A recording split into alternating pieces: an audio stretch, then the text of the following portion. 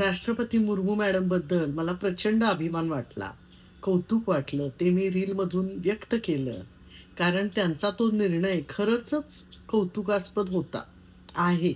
आता तो अंमलबजावणी कशी होईल हा प्रश्न वेगळा. होईल की नाही हे सुद्धा माहीत नाही. आता त्यांनी आणखी एक निर्णय घेतला असं कानावर आलं.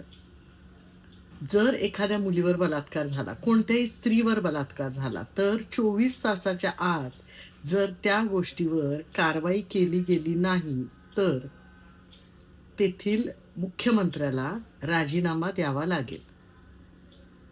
हे वाचल्यावर मात्र मी थबकले. मुर्मू मॅडमला खरंच आपल्या देशाची परिस्थिती माहीत नसेल का?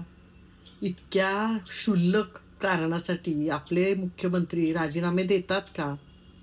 मुख्यमंत्री पदासाठी काहीही करणारे नेते, एका स्त्रीवर बलात्कार झालाय आणि त्यावर कारवाई केली नाही 24 तासात म्हणून राजीनामा देईल. म्हणजे मॅडम कुठल्या स्वप्नातल्या जगात राहतायत का त्या इथे स्वर्ग निर्माण करायचा प्रयत्न करतायत, काही कळेनासं झालं. पण ही गोष्ट मात्र 100% अशक्य आहे, हे वाचणाऱ्या सामान्य जनतेला सुद्धा समजतंय. उगीचच बोलाची कडी आणि बोलाचाच भात, असं आहे हे सगळं. आपण किती धडाकेबाज आहोत यासाठी हे निर्णय घेतले जातायत, हे निर्णय घेऊन दाखवले जातायत का खरंच याच्यावर अंमलबजावणी होणार आहे, हे आता आपण पाहूया.